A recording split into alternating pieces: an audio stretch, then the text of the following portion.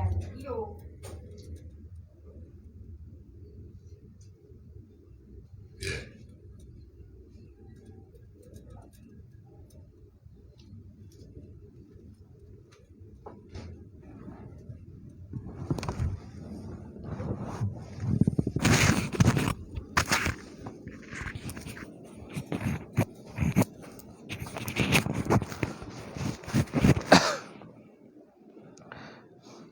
Kita buka majlis kita pada pagi ini dengan sama-sama membaca Alkitab.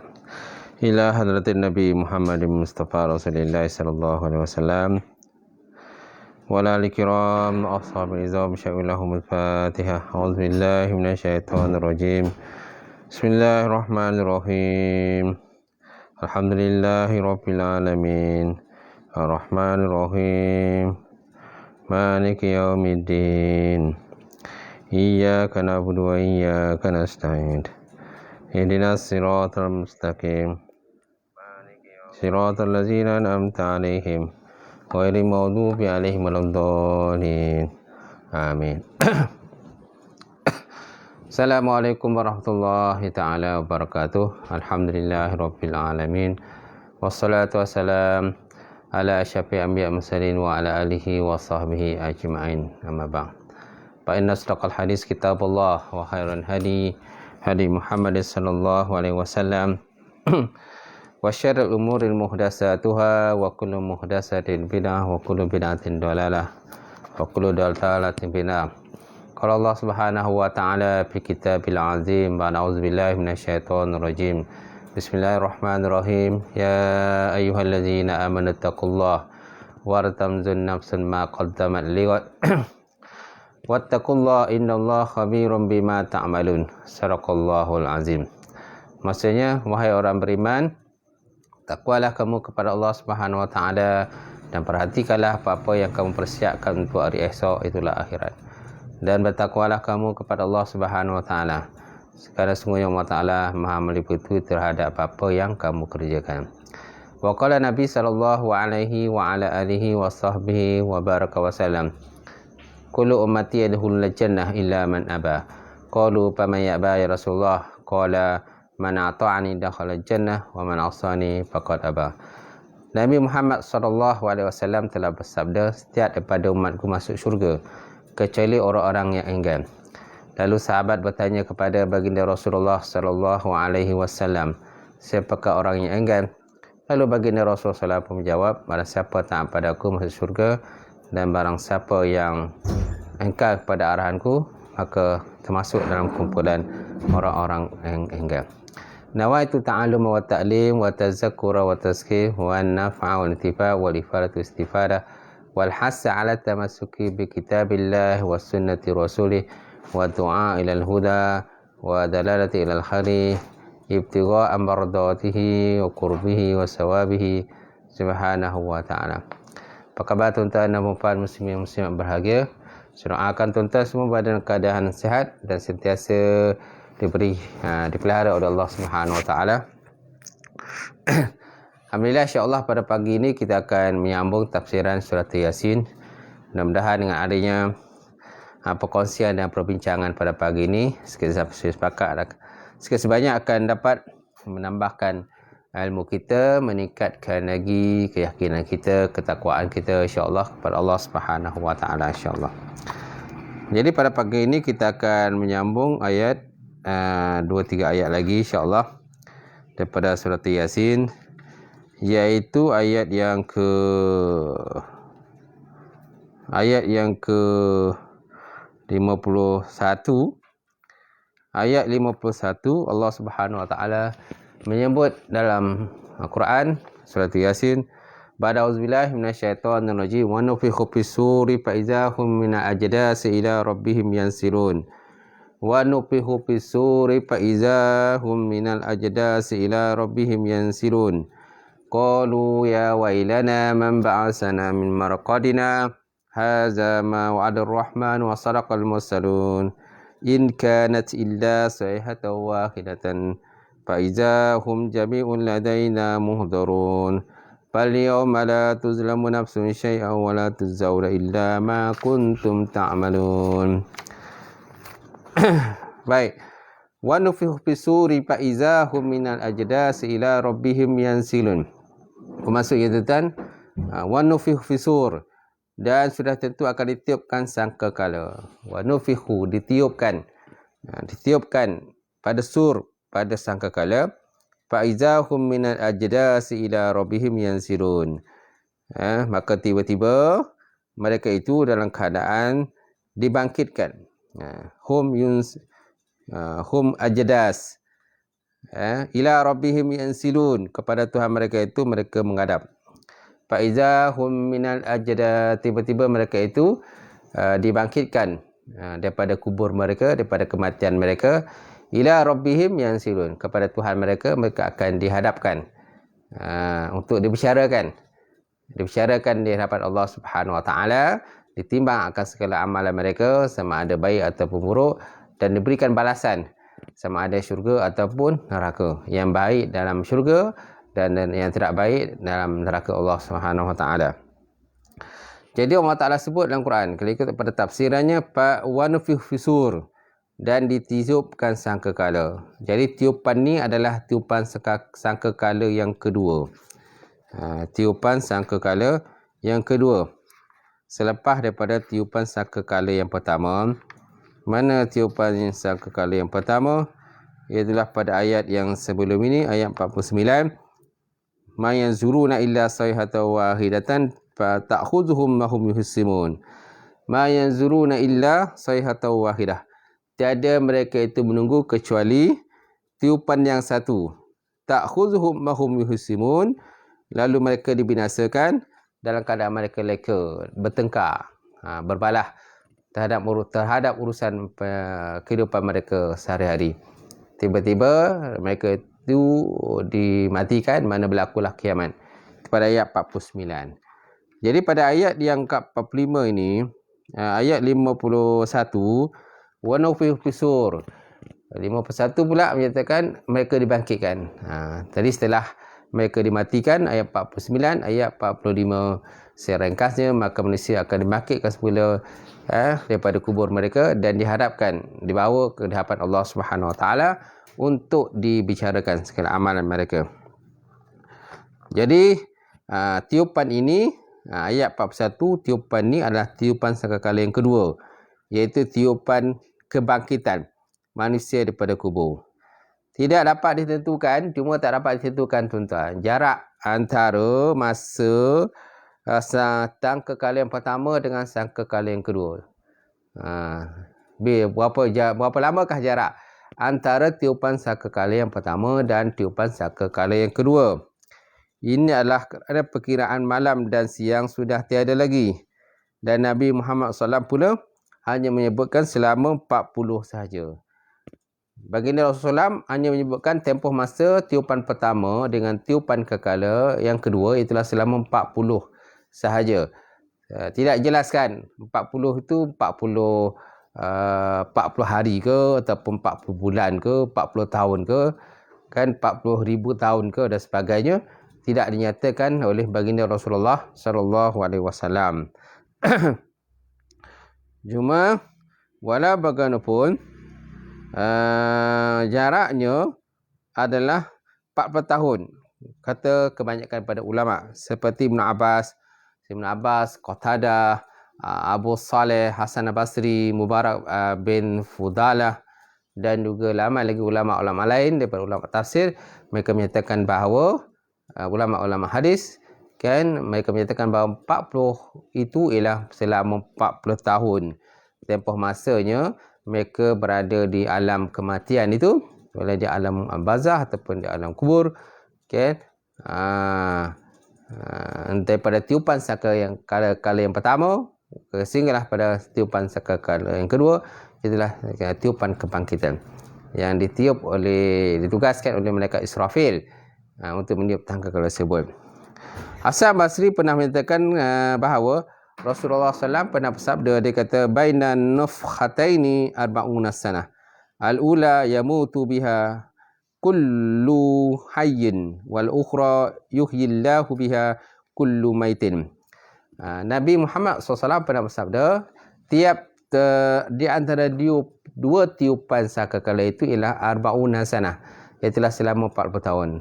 Itulah 40 tahun di akhirat lah. Tak sama akan 40 tahun di dunia. Jadi tempoh masa yang lama lah yang disediakan, yang mana Allah Ta'ala akan bangkitkan manusia itu untuk menghadap kepadanya. Al-ula yamutullahu biha kulli syai'in. Tiupan kalau yang sangkakala yang pertama itulah mematikan tiap sesuatu. Wal ukhra yuhyillahu biha kullu maitin. Dan tiupan yang kedua maka menghidupkan tiap-tiap benda yang mati. Tiap-tiap benda yang mati, tiap-tiap benda yang menyawa, semua akan dimakankan semula di hadapan Allah Subhanahu Wa Taala. Kemudian dalam ayat ini Allah Taala sebut, dia kata fa hum minal ajdasi ila rabbihim yansilun. Fa hum minal ajdasi ila rabbihim yansilun. Apabila ditiup sangkakala yang kedua, maka semuanya segera bangkit daripada kubur masing-masing dan berjalan dengan cepat menuju kepada mahsyar bagi menghadap Allah Subhanahu Wa Taala dan hitung dan dikira dan ditimak amalan mereka di satu persatu, hitung, dinilai oleh Allah Subhanahu Wa Taala, yang Allah Taala bersifat sangat adil, kan, maka dia akan menentukan nanti siapakah yang akan mendapat syurga dan juga siapakah yang mendapat neraka. Allah Subhanahu Wa Taala berfirman dalam Quran, yauma takhrujuna minal ajdasi sira'a ka'annahum ila nusubin yufidun. Pada hari mereka segera keluar daripada kubur masing-masing menuju kepada mahsyar, dalam keadaan seolah-olah mereka berkejaran ke tempat berhala-berhala mereka yang mereka sembah dahulu. Ini nak menyatakan gambaran dah suasana keadaan di kebangkitan itu, di mana mereka berjalan sangat cepat menuju kepada mahsyar. Mana mereka tiada pilihan lain. Itu dikatakan sebagai ijbar, bukan ikhtiar. Kalau dunia ni ikhtiar, terpulanglah pada kita nak pergi tak nak pergi. Tapi kalau di akhirat besok, di kebangkitan itu menuju pada mahsyar itu bukan lagi ikhtiar, tetapi ijbar, mana dipaksa menuju kepada mahsyar untuk dihitung amalan masing-masing. Baik, apa pengajaran pada ayat ini? Mana semua manusia, pertama semua manusia dipaksa berjalan menuju kepada mahsyar. Manusia dipaksa berjalan. Jadi cuma berjalan tu macam-macam jenis kategori lah. Berjalan disebut baginda Rasulullah, ada berjalan sangat cepat, ada yang berjalan sangat perlahan, ada yang mengesot, ada yang berjalan menggunakan muka, kan, ada sepatas kilat, kan. Dan barang siapa yang ada melakukan korban ketika hidup dalam dunia ini, maka ada tunggangan korban mereka, ada tunggangan mereka untuk menuju kepada mahsyar, tuan-tuan. Jadi macam-macam cara lah. Jadi semuanya tadi berjalan menuju kepada mahsyar itu berdasarkan kepada amalan-amalan yang telah mereka lakukan ketika hidup dalam dunia itu. Baik. Kemudian pada ayat 52 Allah Subhanahu Wa Taala menyebut dalam Quran, dia kata qalu wa ya wailana man ba'asana min marqadina haza ma wa'ada ar-rahman wa sadaqal mursalun. Qalu ya wailana man ba'asana. Lalu mereka berkata, alangkah celakanya kami. Man ba'asana min marqadina. Siapa yang membangkitkan kami daripada tempat tidur kami. Haza ma wa'ada ar-rahman. Inilah dia apa yang telah dijanjikan oleh Tuhan Ar-Rahman, wa sadaqal mursalun, dan benarlah para rasul, Jadi ayat yang ke-52 ni menyatakan pada kita suasana dan keadaan orang-orang yang dibangkitkan tadilah. Orang yang dibangkit tadi dengan berbagai keadaan dan ragam ketika mereka dibangkitkan daripada kubur mereka ataupun tempat-tempat tidur mereka. Lalu mereka berkata, ya wailana man ba'asana min marqadina. Alangkah celakanya kami, siapakah yang membangkitkan kami daripada kubur. Cuma nak tahu siapakah yang berkata. Siapa yang berkata ini, celakalah kami, siapa yang telah bangkitkan kami daripada kubur. Wa haza ma wa'ada ar-rahman. Haza ma wa'ada ar-rahman. Inilah dia janji daripada Tuhan Ar-Rahman. Mana janji Allah Ta'ala telah datang. Wa sadaqal mursalun, dan benarlah para rasul. Baik, apakah tafsiran pada ayat 52 ini? Maksudnya apabila manusia dibangkitkan daripada kubur masing-masing, Dan ketika orang-orang yang tidak percayakan hari kebangkitan semula itu melihat sini kebenaran yang telah mereka dustakan di dunia dahulu, mereka berada dalam keadaan bingung kerana tiba-tiba sahaja mereka dibangkitkan, dihidupkan dengan jasad mereka, bukan seperti dalam keadaan ruh di alam barzah. Maka mereka bingung dan hairan dengan kejadian tadi. Ini jadi ikut pada tafsiran ini, ayat ini tujukan kepada orang-orang yang kafir. Yang Allah Ta'ala menggambarkan suasana keadaan bingung orang-orang kafir yang mengingkar kepada arahan Allah Ta'ala, yang mempelekehkan agama Allah Subhanahu Wa Ta'ala, kan, yang menghina para nabi dan para rasul, yang tidak mahu beriman kepada Allah Ta'ala dan Rasul. Jadi mereka bila bangkit pada kubur tu, terutama sekali tidak percaya pada hari kebangkitan, mereka berkata, qalu ya wailana man ba'atsana min marqadina, adakah celakanya kami, siapakah yang membangkitkan kami daripada kubur. Jadi persoalannya, bagaimana mereka boleh menyatakan bahawa kubur adalah tempat tidur sedangkan mereka diazab di dalamnya. Jadi persoalannya, macam mana mereka kata kubur ni adalah tempat tidur. Sedangkan kita tahu dalam kubur itu adanya soal jawab, adanya penyiksaan kepada orang-orang yang tidak beriman kepada Allah. Ibn Qasir menyatakan, وَهَذَا لَا يَنْفِي عَذَابَهُمْ فِي كُبُرِهِمْ لِأَنَّهُ بِنِسْبَةِ إِلَى مَا بَعْدَهُ بِشِدَّةٍ وَرِقَادِ. Ucapan ini tidak menafikan azab yang menimpa mereka dalam kubur, kerana kedahsyatan azab kubur sekiranya dibandingkan dengan dahsyat akhirat, maka kedahsyatan itu seperti kubur. Ini menunjukkan azab di alam barzah tidak akan berhenti sehingga berlakunya kiamat. Tetapi oleh kerana azab akhirat berganda-ganda dahsyatnya banding azab kubur, menyebabkan mereka lupa bahawa mereka pernah diazab dalam kubur. Itu sebabnya mereka menyatakan, siapa yang membangkitkan kami daripada tempat tidur kami. Jadi ayat ini bukan menafikan tidak adanya soal jawab dalam kubur, penyiksaan dalam kubur bagi orang-orang yang ingkar kepada Allah Subhanahu Wa Taala. Kan, azab dalam kubur tetap ada. Tetap ada bagi orang-orang yang ingkar kepada arah Allah Subhanahu Wa Taala. Cuma kedahsyatan azab di akhirat itu lebih berganda-ganda lagi berbanding dengan azab dalam kubur itu. Maka itu sebabnya mereka menyatakan bahawa seolah-olah dalam kubur itu adalah tempat tidur. Tapi sebenarnya dalam kubur itu bukan tempat tidur. Tetap adanya soal jawab para malaikat dalam kubur dan azab. Baik, Ubay bin Ka'ab, Mujahid bin Al-Hasan Al-Qatadah juga pernah menyatakan, yanumuna umatan qabla al-ba'si wa zalika baina nafkhataini. Mereka tidur dengan sekali tidur sebelum kebangkitan semula, iaitu di antara dua tiupan sangkakala. Ini pendapat daripada Ubay bin Ka'ab, Mujahid, Hasan dan Al-Qatadah. Dan Qatadah menyatakan bahawa dalam kubur itu merupakan tempat tidur. Bukan tempat tidur yang sebenarnya. Sebab dalam kubur pun adanya soal jawab dalam kubur. Penyiksaan oleh malaikat Munkar dan Nakir yang ditugaskan Allah Ta'ala untuk melakukan penyiksaan, malaikat azab. Kemudian Qatadah pula ada menyatakan, maksud dengan siapakah yang bangkitkan kami pada kubur, hiya naumatan min bainam nafkhataini la yaftaru anhum azabal qabri illa biha. Iaitu tidur di antara dua tiupan sangkakala. Tidur di antara dua tiupan sangkakala, tidak dikurangkan sedikit pun azab kubur ke atas mereka, melainkan pada waktu itu. Ini pendapat para Qatadah. Jadi mana dalam kubur itu pun dikatakan sebagai naumah. Naumah ni tempat tidur. Baina nafkhataini, di antara dua tiupan sangkakala. Kemudian la yaftaru anhum azabal qabri, tidak dikurangkan sedikit pun azab kubur. Mana dalam kubur pun ada azab. Ada azabnya. Jangan kita nak menafikan. Azab dalam kubur itu. La yaftaru anhum azabal qabri illa fiha. Tidak dikurangkan sedikit pun azab kubur atas mereka, melainkan pada waktu itu. Kemudian Abu Salah menyatakan, iza nufihu nafatal ula rufi'al azab min ahli kubur.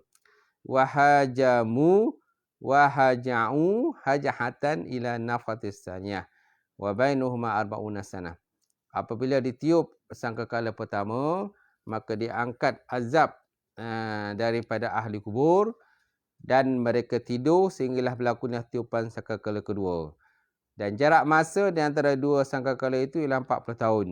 Inilah pendapat daripada Ibn Abbas dan Qatadah. Lihat dalam tafsiran Qutubi. Dalam tafsiran Qutubi ada dinyatakan bahawa tiupan antara tiupan pertama dan tiupan kedua itu, selepas mereka diazab dalam kubur, mereka ditidurkan. Dalam tempoh tertentulah. Mana azab kubur tetap berlaku. Selepas habis azab kubur itu, maka manusia akan ditidurkan sekian lamanya, kemudian ditiup sangkakala yang kedua dan berlakulah hari kebangkitan dan akhirnya mereka diarahkan untuk menuju ke padang mahsyar. Ini pendapat daripada Abu Salah. Okay? Dan juga pandangan daripada Ibn Abbas dan Qatadah. Dia kata iza nufiha fi nufhatil ula rufi'al azab min ahli kubur wa haja'atan ila nafatus saniyah wa bainahuma arba'una sanah. Apabila ditiup sangkakala pertama, maka diangkat azab daripada ahli kubur dan mereka tidur sehingga berlakulah tiupan sangkakala kedua. Dan jarak masa di antara dua sangkakala itu ialah selama 40 tahun. 40 tahun lah. Sama ada 40 tahun dunia ataupun akhirat tidak nyatakan. Kalau 40 tahun akhirat, maka sudah tentu sangat lama lah berada dalam kubur itu. Kalau 40 tahun di dunia pun lama juga. Yang kita anggap 40 tahun tak lama. Lama sebenarnya. Kemudian Allah Ta'ala menyebut dalam Quran, Hadza ma wa'adur rahman wa sarakal mursalun. Hadza ma wa'adur rahman wa sarakal mursalun. Inilah apa yang telah dijanjikan Allah Subhanahu Wa Ta'ala yang Maha Pemurah dan benarlah berita yang disampaikan oleh Rasul-Rasul. Ibn Ajarim menyatakan, ulama bersih pendapat pada menyatakan siapakah yang mengungkapkan ucapan ini. Jadi ulama tafsir telah pun berlaku khilaf tentang siapakah yang berkata haza ma wa'ada rahman wa sarakal mursalun. Inilah apa yang telah pun dijanjikan oleh Tuhan Ar-Rahman dan benarlah para rasul. Jadi ulama bersih pendapat tentang siapakah yang berkata perkataan ini. Mujahid, Qatadah dan Ibnu Abu Layla menyatakan ia ucapan orang-orang beriman terhadap orang kafir sebagai jawapan daripada ucapan ya wailana man ba'atsana min marqadina.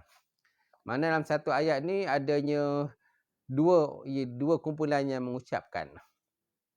Kumpulan pertama pada ayat qalu ya wailana man ba'atsana. Ini ucapan daripada orang kafir. Sedangkan pada ayat yang seterusnya haza ma wa'ada rahman. Inilah dia janji pada Tuhan Ar-Rahman. Ini ucapan daripada orang yang beriman pula. Mana dalam satu ayat terdapat ada dua ucapan.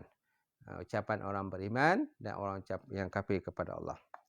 Kemudian yang kedua, Hasan Basri menyatakan ia adalah ungkapan malaikat. Apabila mereka menyatakan ya wailana man ba'asana, lalu mereka berkata haza ma wa'ada rahman wa sarakal mursalun. Mana dua malaikat berkata. Malaikat pertama dan malaikat yang kedua berkata dalam satu ayat yang sama.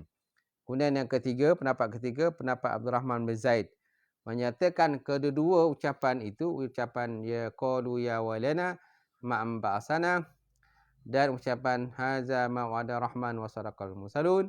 Ini ucapan orang-orang yang kafir ketika bangkit daripada kubur. Mereka berikrar dengan kebenaran pada ketika ikrar itu tidak bermanfaat lagi kepada mereka.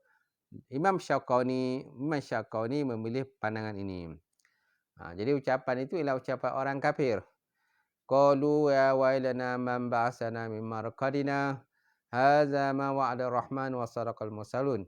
Jadi dua-dua ayat ini dalam dua-dua ungkapan ini ialah ungkapan yang diberikan, ucapan yang diberikan orang kafir. Kerana menyesali di atas segala apa-apa yang telah pun mereka lakukan ketika hidup dahulu. Ibn Jarir mentajakan pandangan yang pertama bahawa ungkapan haza ma'al rahman sarakal mursalun adalah ucapan orang-orang beriman kepada orang kafir. Ini pandangan daripada Ibn Jarir. Pada Mujadil lebih cenderung pada pendapat yang pertama yang menyatakan bahawa haza ma'ala rahman wasaraqal mas'ud, itu ucapan daripada orang beriman yang diberikan kepada orang-orang kafir. So apakah pengajaran daripada ayat yang kita bahaskan pada kali ini? Pertama, janji Allah dan Rasulnya adalah benar. Janji Allah Ta'ala dan Rasul adalah benar. Tidak ada janji yang paling benar melainkan janji daripada Allah Ta'ala dan Rasul. Cuma peristiwanya, contohnya berlaku kiamat ini tidak tahu bilakah berlaku. Tapi benda ni tetap benar. Itu sebabnya antara salah satu daripada rukun iman itu ialah percaya kepada hari akhirat. Percaya kepada hari akhirat, percaya pada qada, qadar dan sebagainya. Ada 6 kepercayaan itu dalam rukun iman itu. Antaranya ialah yang kelima, percaya kepada hari kebangkitan ataupun akhirat. So jangan kita mempelekehkanlah apa-apa yang telah ditentukan oleh para nabi dan para rasul. Yang kedua, azab kubur berganda-ganda. Azab akhirat berganda-ganda. Dahsyatnya daripada azab kubur. Kalau dalam hadap kubur tu azabnya berat juga. Bukan tak berat, tapi akhirat masih lagi berat pula. Itu sebabnya kita jangan mempersia-siakan umur kita. Kita jangan mempersia-siakan umur kita, masa kita yang telah diberikan oleh Allah Subhanahu Wa Taala. Yang ketiga, orang-orang kafir mencela diri mereka sendiri. Orang-orang kafir mencela diri mereka sendiri, tuan-tuan. Itu sebabnya kita kena ambil perhatian dan kita gunakan masa kita yang Allah Ta'ala berikan pada kita, masa kita muda kita ni yang singkat ni, supaya kita mencari bekalan sebanyak-banyaknya. Mudah-mudahan besok kita tidak menyesal ketika berada di hadapan Allah Subhanahu Wa Ta'ala, tuan-tuan. Nampaknya sekadar itulah 2 ayat yang kita dapat berkongsi dan kita berbincang pada pagi ni. Mudah-mudahan dengan adanya 2 ayat yang kita berkongsi, insya-Allah akan datang kita masuk ayat ke-53, insya-Allah. Jadi alhamdulillah kita telah menghabiskan separuh daripada ayat surah Yasin ini. Kita dah ayat 53 dan insya-Allah kalau ada masa dan ketikanya kita akan sambung lagi pembahasan berkenaan ayat-ayat tafsiran daripada surah Yasin ini. Mudah-mudahan kita sama-sama dan ambil manfaat di atas segala perkongsian yang kita kongsikan insya-Allah pada hari ini. Jadi kita tutup majlis kita dengan bacaan doa. Auzubillahi minasyaitonirrajim. Bismillahirrahmanirrahim. Alhamdulillahirabbil alamin wassalatu wassalamu ala asyrafil mursalin wa ala alihi washabihi ajmain. Allahumma zidna ilman nafi'a wa yaqinan sadiqa wa ma'luman mutaqabbala wa rizqan halalan mubarakatan katsira wa wasi'an ya fattah ya alim. Nawilana qulubana bi nuri ma'rifataka wa ftahna bil arifin. Tahassanna bi izzatil jabarut wa tahsamna bi izzatil malakut.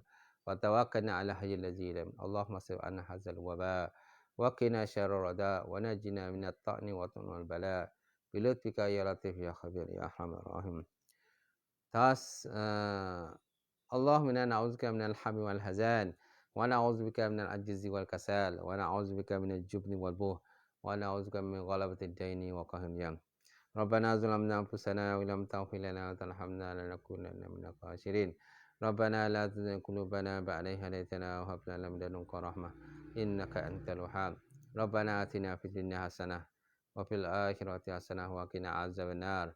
Subhana rabbika rabbil izzati amma yasifun wa salamun alal mursalin. Alhamdulillah rabbil alamin. Qabalallahu.